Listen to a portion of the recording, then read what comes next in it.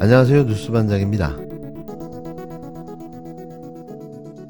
또 이진숙 씨 이야기입니다. 윤석열 대통령은 오늘 이진숙 방송통신위원장 후보자 임명을 강행할 것으로 보여지는데요. 하지만 그를 둘러싼 비리와 의혹들은 그칠 줄 모르고 쏟아져 나오고 있습니다. 대전 MBC 사장직에서 물러나기 직전 계속 출근했었다는 인사청문회 답변과 달리 해외로 출국했던 사실이 확인됐는데요.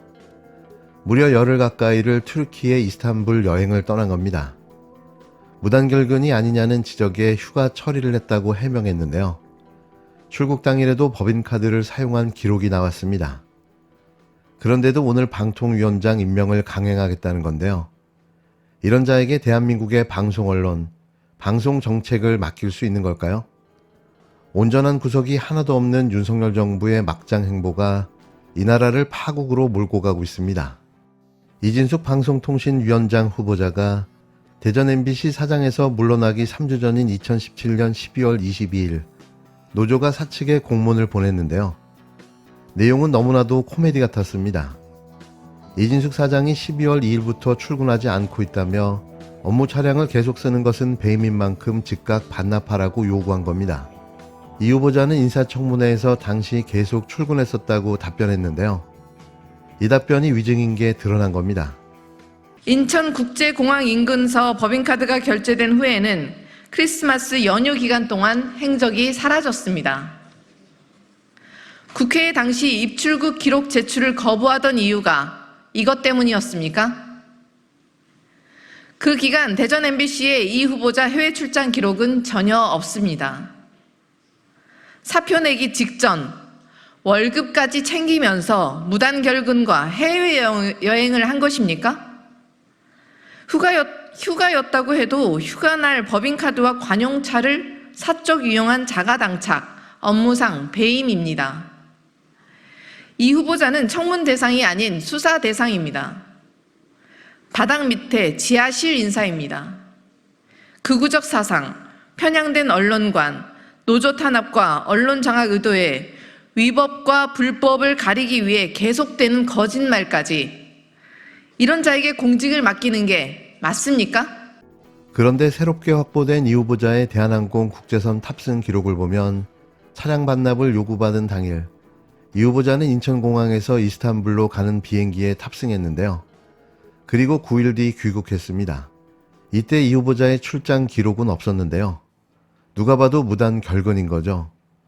이에 무단 결근하고 여행 간 것이 아니냐는 지적에 이 후보자는 휴가 처리했고 비상연락 체제를 유지했다는 황당한 답변을 내놨는데요. 하지만 당시 누구에게 휴가를 알렸는지는 답을 거부했습니다. 휴가 처리했다면서도 법인카드는 계속 사용했는데요. 이 후보자는 출국 당일 오후 1시쯤 인천공항 근처에 칼국수집과 커피 매장에서 법인카드를 사용했습니다. 이 또한 업무용이라고 했을 뿐 휴가 당일까지 누굴 만났는지 설명하지 않았는데요. 이진숙 후보자는 부여된 한도를 2배나 초과해서 개인 법인카드를 사용한 것으로 드러났습니다.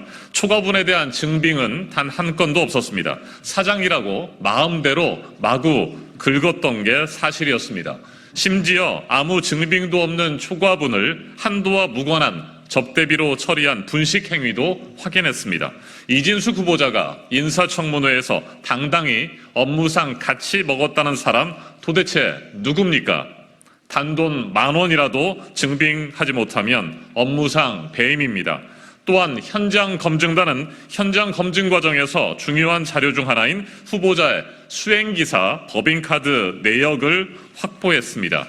그중 일부만 검증했는데도 사직서를 내기 직전인 2017년 크리스마스 연휴 기간 무단 해외여행을 다녀온 정황이 확인됐습니다. 의혹만 줄줄이 터져 나오고 있습니다. 면밀하게 추가 검증하겠습니다.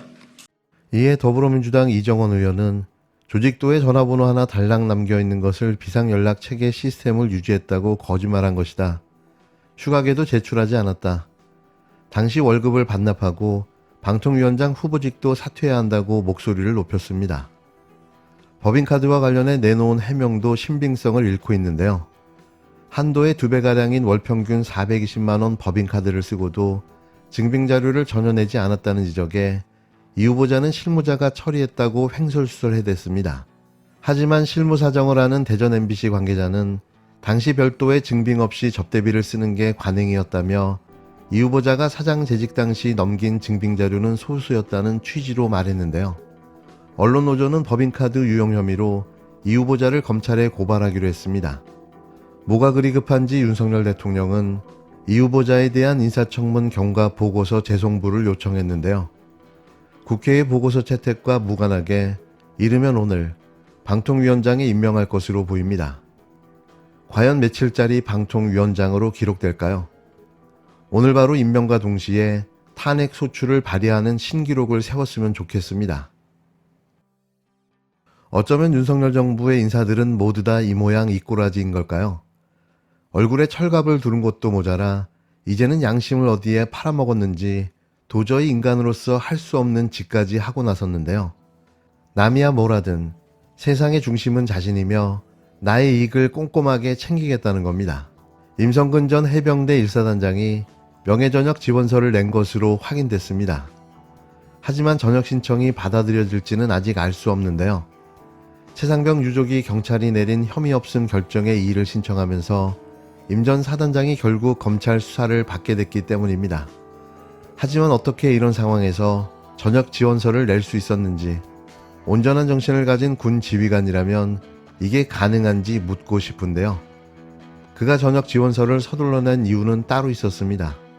군인사법상 20년 이상 근속한 군인이 정년이 되기 전에 스스로 명예롭게 전역하겠다고 신청해 받아들여질 경우 명예전역 수당을 받을 수 있는 건데요. 하지만 임 전 사단장의 명예전역 신청이 받아들여질지는 아직 알 수 없습니다. 임 전 사단장이 결국 검찰 수사를 받게 됐기 때문인데요. 경찰은 이달 초 수사 결과를 발표하며 임성근 전 해병대 1사단장은 혐의가 없다면서 검찰로 넘기지 않았습니다.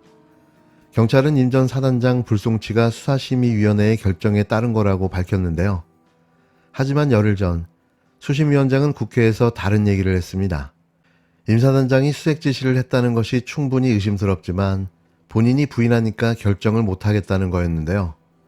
수사 결과에 의문점이 굉장히 있다면서 11달이나 수사가 진행됐기 때문에 보완 수사를 요구할 수 없다는 취지의 발언이 나온 겁니다. 결국 최상병의 유가족은 지난주 경찰 수사 결과에 불복해 이의 신청을 냈는데요. 이를 접수한 경찰이 최근 임 전 사단장을 검찰로 추가 송치한 것으로 확인됐습니다.